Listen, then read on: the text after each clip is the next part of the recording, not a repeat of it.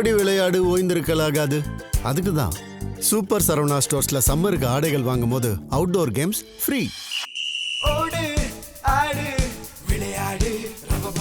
Super Saravana stores summer கோடையை கொண்டாடலாம்.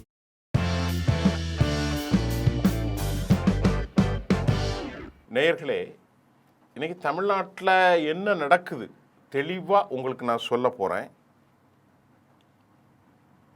Election முடிஞ்சது. 59 திமுக, 108 விஜய், மாதிரி 47 கூட்டணி கட்சிகள் எல்லாம் தனித்தனியாக. பாஜக 1, விடுதலை சிறுத்தைகள் 2, இந்திய யூனியன் முஸ்லீம் லீக் 2, இப்படி தான் அவர்கள் வெற்றி பெற்றிருக்கிறார்கள். உதயசூரியன் இருப்பவர்கள், மற்றவர்கள் எல்லாம் இலை நிற்பவர்கள். விஜய் அவர்கள் நேற்று போய் கேட்டார், ரெண்டாவது சென்றார். இந்த ராஜேஷ் அலேக்கர் யார்? உண்மையிலேயே இந்திய கான்ஸ்டியூஷன் என்ன சொல்லுது? தமிழ்நாட்டில் இப்போ முடிவெடுக்க வேண்டிய பொறுப்பும் கடப்பாடும் யாருக்கு இருக்கு? ஒரு அனலிட்டிக்கல், மிக முக்கியமாக நான் உங்களுக்கு சொல்கிறேன்.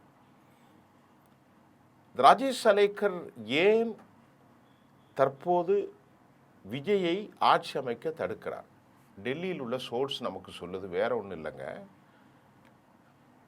முதலாக விஜய் காங்கிரஸ் கட்சியின் ஆதரவை பெற்றுவிட்டதால் 108 + 5 113, இன்னும் ரிமைனிங் ஒரு 6 அவர்கள் ஆட்சி அமைத்ததால் அமித்ஷா கடும் கோபம் கொண்டார். காங்கிரஸ் முக்து பாரத் தான் அவருடைய கொள்கை. இப்போ காங்கிரஸ் வாலண்டியராக பிரவீன் சக்கரவர்த்தி, செல்வ பெருந்தகை எல்லோருமே போய் சால்வை போட்டார்கள். ராகுல் காந்தி பேசினார். இது காங்கிரஸுக்கு பெரும் வாய்ப்பாக பார்க்கப்பட்டது. திமுகவில் பெரிய துரோக பட்டம் கிட்டப்பட்டது. இது ஒரு பக்கம், அப்பார்ட் ஃப்ரம் தேர். ஆனால் இப்போ என்ன கேட்குறாங்கன்னா, ஏற்கனவே விஜய் கூட சேர்ந்து ஹிந்துத்துவா கொள்கைகளை 29 தமிழ்நாட்டில் சாத்தியமான இடங்களை பெற்றுக்கொள்வதற்கு சாத்தியம் இருக்குமா என பாஜக திட்டம் போட்டது. ஆனால் விஜயை பொறுத்தவரை அவர் ஒரு விஷயத்தில் தெளிவாக இருக்கார். பாஜகவோடு சேர்ந்தால் உருப்படாது. நமக்காக இப்பொழுது கொடுத்திருக்கக்கூடிய பீப்புள்ஸ் மேண்டேட், மக்களுடைய வாக்குகள் இனம், மொழி, சாதிகளுக்கு அப்பாற்பட்டு மைனாரிட்டி, கிறிஸ்தவர்கள், இஸ்லாமியர்கள், தலித்துகள், இடதுசாரிகள், திராவிட இயக்க சிந்தனைவாதிகள் எல்லோருமே வாக்களித்திருக்கிறார்கள். 108 இடம், 113 தேவை, 17, 18, 6 இடம் தான் தேவை இருக்குது. இந்த போட்டியில் முதலாக இருக்கிறது அவர் தான். இஸ் வெரி க்ளோஸ்லி அந்த ரன்னிங் ரேஸில் ஃபர்ஸ்டில் இருக்கார். அப்போ சட்டப்பிரிவு என்ன சொல்கிறது? முதலில் இருப்பவரை அழைக்க வேண்டும். வேற யாராவது போட்டியில் இருக்காங்களா? இல்லை எங்களை அழைக்கணும்னு யாருமே போட்டியில் இல்லை. இல்லை டிஎம்கே வரல, ஏடிஎம்கே வரல, யாருக்கும் மெஜாரிட்டி இல்லை. விஜய்க்கு மட்டும்தான் இருக்குது. அவர் போய் சொல்கிறாரு, ஐயா எங்களை அழைங்கன்னு. அவரை அழைக்க மறுக்கிறாங்க. ரெண்டாவது அவர் கேட்குறாரு. ரெண்டாவது இவர் கூப்பிட்டு எக்ஸ்பிளைன் பண்ணாராம். ராஜேஷ் அலேக்கர் இவருக்கு என்ன தெரியும் எக்ஸ்பிளைன் பண்ணால்? என்ன சொன்னார்? ஐயா கையில் கொடுக்கணும், யார் யாரெல்லாம் உனக்கு ஆதரவு உண்டு. இதில் 2 விஷயம் இப்போ டக்குன்னு உள்ட்ட அடிச்சிட்டாங்க இன்றைக்கி காலையில் செய்தியில். இல்லை நாங்கள் ராஜ்பவனில் தலை எண்ணுவதற்கு அரசியல் அமைப்பு சட்டம் கிடையாது. கவர்னர் என்னன்னா அவரை பார்க்கணும். Have a no discretionary. அவருடைய லிமிட் என்ன, அதை தான் அவர் பார்க்கணும். It doesn't have for any privilege or discretionary. அப்படின்னா அவருக்கு விசேடமான அந்தஸ்து என்ன? போட்டியே இல்லை. ஒரு மனுஷன் மட்டும் நிற்கிறான் 108, 113 கொண்டு. நான் ப்ரூஃப் கண்டிப்பாக பண்ணுவேங்கிறான். அவரை கூப்பிட்டு அப்படியால் அவருக்கு உண்மையிலேயே முதலமைச்சர் பதவி ஏற்ற வைக்க வேண்டும். 2 வாரம் டைம் கொடுக்க வேண்டும். அந்த மீன் டைமில் அவர் நான் பண்ணிடுறேங்க. அப்படி இல்லைன்னா ஆட்டோமேட்டிக்காக டிஸ்குவாலிஃபைட் ஆயிரும். ஆட்டோமேட்டிக்காக ஆட்சி கவிழ்ந்து விடும். இதில் இவனுக்கு என்ன பிரச்சனை? அந்த அளவிற்கு என்கிட்ட கேட்காம என்னை உதாசீனப்படுத்தி நீ காங்கிரஸை கூப்பிட்டு ஆட்சி அமைத்திருவியா அப்படின்னு இந்தியாவினுடைய மொராலிட்டி எல்லாத்தையும் கேவலப்படுத்துது. பிஜேபிக்கு இது கை வந்த கலை. சரி, அடுத்து என்னன்னா 1989 எஸ்ஆர் பொம்மை ராமகிருஷ்ண ஹெக்கடேனுடைய இதுக்கப்புறம் வெளியேறாரு. அதில் 20 பேர் வெளியே போகிறாங்க, மெஜாரிட்டி இல்லை. அழைக்க மறுக்கிறார். தீர்ப்பு வருகிறது. உச்சநீதிமன்றம் ஒரு வழிகாட்டுதலை காட்டுகிறது. அந்த வழிகாட்டுதல் என்னன்னா, இன்னைக்கு தட் கேன் பி அப்ளைட். அது 356. இன்னைக்கு மத்திய அரசாங்கம் செய்கிற அநியாயங்களுக்கு உச்சநீதிமன்றம் என்றால் தி ஜுடிஷியலி ப்ராசஸ் பவுண்டட், அது அவர்கள் அனைத்தும் with the constitution the base have a no என்னது உள்ளார்ந்த எண்ணம் ஒன்றுமில்லை. கான்ஸ்டியூஷனுடைய அடிப்படை த வேர்டிக்ட் என்ன சொல்லுது என்றால், it is also stated that no certain terms that the test of majorities of the government, நல்லா கவனிங்க, கவர்மெண்ட்னு வச்சிருக்கு, நல்லா புரிந்து கொள்ளுங்கள். விஜய் ஒரு அரசாங்கமாக முதலமைச்சராக பதவியேற்று விடணும். யார் ஃபர்ஸ்ட் வந்தார்களோ, யார் அதிகரிக்கிறார்களோ அவர்களை the verdict also stated in no uncertain the term, thus the test of the majority, the test of the majority of the state government should be done in the floor of the assembly and is not subject to the governor's opinion. நான் தமிழில் சொல்கிறேன். என்ன செய்யணும்னா உங்களுக்கு புரியும். 113 பேருக்கு கூப்பிட்டு உடனே முதலமைச்சர் பதவியேற்று தரணும். 2 வாரம் டைம் கொடுக்கணும். இதுதான் இந்தியாவுடைய அரசியலமைப்பு. அந்த டைமுக்குள்ள அவர் ஃப்ளோர்னு என்னது, மெம்பர் ஆஃப் லெஜிஸ்லேட்டிவ் அசம்பிளிக்குள்ள திரு விஜய் அவர்கள் தலை எண்ணும் போது 118 இருக்கணும். இதில் the subject to the governor's, it is not a subject to the governor's opinion. இதில் கவர்னருக்கு எந்த ஒப்பீனியன் இல்லை. The made very clear statement. நல்லா மறுபடியும் வாசிக்கிறேன், திருப்பி வாசிக்கிறேன். And it's not subject to the governor's opinion. கவர்னருக்கு என்று தனிப்பட்ட எந்த டிஸ்கிரிஷனும் கிடையாது. It doesn't have a for any discretion. நல்லா புரியுங்க. எஸ்ஆர்எம்ஐ வழக்கில் இதுதான் நடந்தது.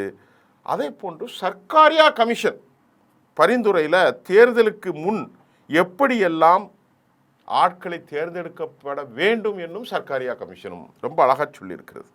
அனைத்து கட்சியும் இணைந்து தேர்தலுக்கு பிந்த கூட்டணிகளை குறித்தும் அவர்கள் கொடுத்திருக்கிறார்கள். இப்போ தனிப்பட்ட முறையில் தானே இந்தியாவினுடைய மாண்புகளை எல்லாம் பாஜக சிந்திக்கும். இதே மாதிரி அஜித் பவாருக்கு ஆதரவே இல்லை. விடியற்காலம் நள்ளிரவு கொஷ்யார் என்ற ஒரு மனுஷன் இவர் பட்னாவிஸை கூப்பிட்டு பதவியேற்க வச்சார். அப்புறம் கடைசியில் சரத்பவார்கிட்டேருந்து ஆளுகளை கூப்பிடல. அப்புறம் ஆட்சி கவிழ்ந்தது. இது எங்கே நடந்துச்சு? அங்கே நடந்துச்சு. எங்கே? மகாராஷ்டிராவில். அதே போன்று பொம்மை வழக்கில் ஒரு கேஸ் இருக்கிறது. அதே போன்று தமிழ்நாட்டில் திருமதி சசிகலா அவர்கள் 125 எம்எல்ஏக்களை வைத்திருந்தார்கள். இந்த பாரதிய ஜனதா அரசு நாசம் செய்தது. 18 வருஷமாக கடந்த வழக்கை தூசி தட்டி எடுத்து, வழக்கு வேறு, இந்த ப்ராசஸ் வேறு. நல்லா புரிந்து கொள்ளுங்கள். தமிழ்நாட்டில் வழக்கு வேறு. சசிகலா அம்மையாருடைய விவகாரத்தில் there is a process is accept இது தனிப்பட்டது. வழக்கு வேறு, அது ட்ராக் வேறு. அப்போ இவர் ஏன் பதவியேற்க வைக்கல சசிகலா அம்மையாரை? அதுக்கு அவர் பேர் வித்யாசாகர் என்கின்ற இதே பொறுப்பு தான். மகாராஷ்டிரா கூப்பிட்டுக்கிட்டே இருக்காங்க சசிகலா அம்மா, நான் 125 வச்சுருக்கோன்னு. இந்த ஆள் போனவர் வரவே இல்லையே. நீங்கள் நியாயத்தை மட்டும்தான் பார்க்கணும். உங்களுக்கு விஜய் பிடிக்கலாம், அது மாதிரி சசிகலா அவர்கள் பிடிக்கலாம், பிடிக்காமல் இருக்கலாம், ஆதரவாளராக இருக்கலாம், அதெல்லாம் இல்லை. கான்ஸ்டியூஷன் என்ன சொல்லுது? போன வித்யாசாகர் இன்னுமே வரலங்க. அதே போல தான் இப்போ அர்லேக்கர் ஒரு மோசமான முன்னுதாரணத்தை தமிழ்நாட்டில் பாஜக ஏற்படுத்துது. இப்போ என்ன நடக்க போகுது என்றால், இந்த விவகாரங்கள் இப்போது விஜய்க்கு என்ன நிலை ஏற்படுத்தும் நாம் பார்ப்போம். பிஜேபி ஒன்று தான் வச்சிருக்கு. இப்போ அதிமுகவும் திமுகவும் பேசுனதாக இன்று காலை இப்பொழுது செய்தி வந்து கொண்டிருக்கிறது. இப்போ விஜய்க்கு இருக்கக்கூடிய ஆப்ஷன், இடதுசாரி தலைவர்கள் 4, தோழர் தொல் திருமா அவர்கள் 2, அதே போன்று மார்க்சிஸ்ட் கம்யூனிஸ்டுடைய தோழர்கள் எல்லோரும் சேர்க்கணும். ஒரு பத்திரிகையாளனா நான் அதைத்தான் சொல்கிறேன். 6 கொடுத்தா 13, 6, 19, 1 போனால் 18 அப்படின்னு வரும்னு வைங்களேன். ஈஸியாக ஆட்சி அமைக்கலாம். அதில் யாராவது உள்ள குழப்புவார்கள், அதெல்லாம் வேறு. ஆனால் இங்கே நான் ஒரு விஷயத்தை தனிப்பட்ட முறையிலே சொல்கிறேன். இந்த அனலைட்டில் ஒடுக்கப்பட்ட மக்கள்கள், தலித்துகள், பிற்படுத்தப்பட்ட மக்கள்கள், சிறுபான்மையினருக்கு சனாதன அப்புரேஷன் இருக்கிறது என்பதற்காகத்தான் விடுதலை சிறுத்தைகளும், தொழிலாளர்கள், நீதி மறுக்கப்பட்டவர்களுக்குத்தான் இடதுசாரிகளும் மார்க்சியமும் எல்லாமே சொல்கிறது. திராவிட முன்னேற்ற கழக கூட்டணிக்காக மார்க்சிய தத்துவங்கள் வடிவமைக்கப்படவில்லை. திமுகவின் கூட்டணிக்காக தலித் அரசியல் வடிவமைக்கப்படவில்லை. கூட்டணியில் இருந்தார்கள், அவர்கள் சில உதவிகளை செய்தார்கள். கூட்டணியினோடு திமுகவின் வாக்குகளை பெற்றார்கள், வெற்றி பெற்றார்கள். திமுக விடுதலை சிறுத்தைகள் வாக்குகளை பெற்றார்கள், இடதுசாரிகள் வெற்றி பெற்றார்கள். அது உண்மைதான். ஆனால் இங்கே பார்க்க வேண்டியது மோரல் கோட். அவர் சினிமா நடிகராக இருக்கலாம், அனுபவம் இல்லாதவராக இருக்கலாம், அதெல்லாம் ரெண்டாவது. அவர் மக்களின் வாக்குகளை பெற்றிருக்கிறார். 108 இடங்களை பெற்றிருக்காங்க. அப்புறம் ஒரு 5, அப்புறம் இவங்க ஒரு 6, 19, ஒன்று போனால் 18. ஈஸியாக முடிஞ்சிடும். நாளைக்கு நடக்கலாம். அப்படி என்றால் இப்பொழுது விஜய் அறிவித்திருக்கிறார் இந்த காலையில், நாங்கள் ரிசைன் பண்ண போகிறோம் 18. ஆனால் வரலாற்றில் பெரும் கருப்பு பதிவு ஒன்று இவர்களுக்கு உருவாகிவிடும், கம்யூனிஸ்டுகளுக்கும் விடுதலை சிறுத்தைகளுக்கும். என்ன அப்படி சொல்கிறீங்கன்னு பார்த்தா, இந்த 2 கட்சியினுடைய ஐடியாலஜி கோர் ஆன்டி சனாதனம். தலித் மக்களுக்கும் தொழிலாளர்களுக்கும் சமூகத்தில் பாதிக்கப்பட்ட அனைவர்களுக்குமான குரல், அதுதான் விடுதலை சிறுத்தைகள், அதுதான் இடதுசாரிகள். இது திமுகவை போன்றதொரு சித்தாந்தம் அல்ல, கூட்டணிக்காக வகுக்கப்பட்ட சித்தாந்தம் அல்ல.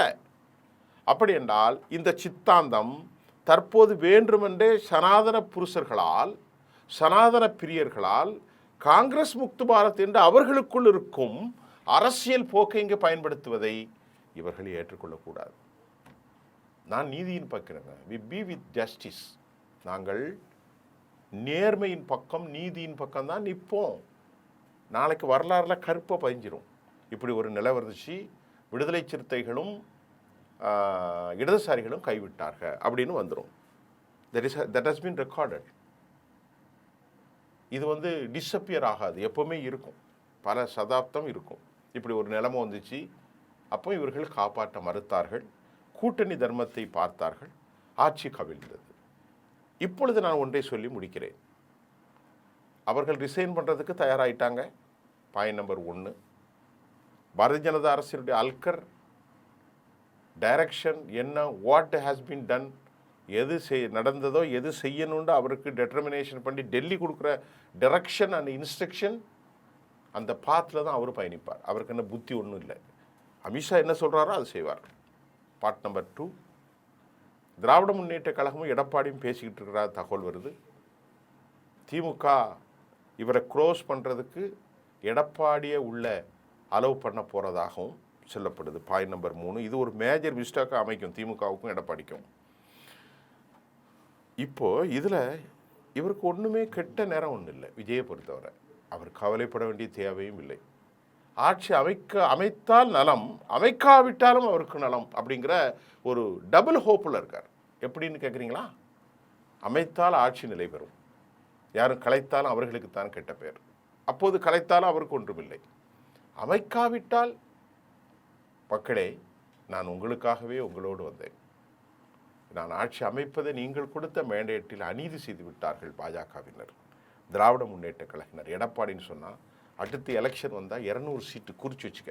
ஜெம் டிவியில் நான் சொல்கிறேன், நான் சொன்னது எல்லாமே நடக்கிறது தான். எனக்கு ஒரு 40 ஆண்டு கால அனுபவத்தை சொல்கிறேன். நான் ஒன்றும் புதுசாக சொல்லலை. நான் விஜய்க்கு ஓட்டு போடுற ஆள் இல்லை, டிஎம்கேக்கு ஓட்டு போட்ட ஆள் இல்லை, நம்ம பத்திரிக்கைக்காரன். நேர்மையாக நடக்க ஏன் மறுக்கிறீர்கள்? இந்தியாவுடைய கான்ஸ்டியூஷன் கேவலப்பட்டிருக்கிறது. 100 கோடி வரைக்கும் செலவு பண்ணியிருக்கான், 100 கோடி செலவு பண்ணியிருக்கான். சில தொகுதியில் 40 கோடி, சில கோடியில் 10 கோடி எல்லாம் செலவு பண்ணியிருக்கான்ப்பா. இந்த பணத்தை எதுவும் இல்லாமல் அன்றாட காட்சிகள், டீ கடையில் வேலை பார்க்குற, டீ குடிக்கிறது காசு இல்லாத ஏழைகள் வெற்றி பெற்றிருக்கிறான். திருவிற்கா நகரில் ஒரு கர்ப்பிணி பெண், ஆட்டோ டிரைவர், எல்லாரும் ஜெயிச்சிருக்கான். அவர்கள் நிச்சயமாக இதை விட்டு போக மாட்டாங்க, அதை நான் உறுதியாக சொல்கிறேன். அவர்கள் ஒருபோதும் நிச்சயமாக இதை விட்டு அவர்கள் வெளியேற மாட்டார்கள். இது திமுகவுக்கு பெரும் கரை அல்ல, அதிமுகவுக்கு பெரும் கரை அல்ல. அவர்கள் கரை எதிரிகள், அவர்கள் பக்கம் ஸ்டாண்ட் கரெக்ட். ஆனால் திருமாவளவனுக்கும் இடதுசாரிகளுக்கும் நீதியின் பக்கம் நிற்கப் போகிறீர்களா, சனாதனத்தை முட்டு கொடுத்து தூக்கப் போகிறீர்களா? இதை கேட்குறாங்க மக்கள். இன்றைக்கி இப்போ பேச்சுவார்த்தை நடந்து கொண்டு இருக்கிறது. அடுத்த செய்தியில் நான் உங்களுக்கு அனலிட்டிக்கலாக தரேன். மீண்டும் சந்திப்போம். நன்றி.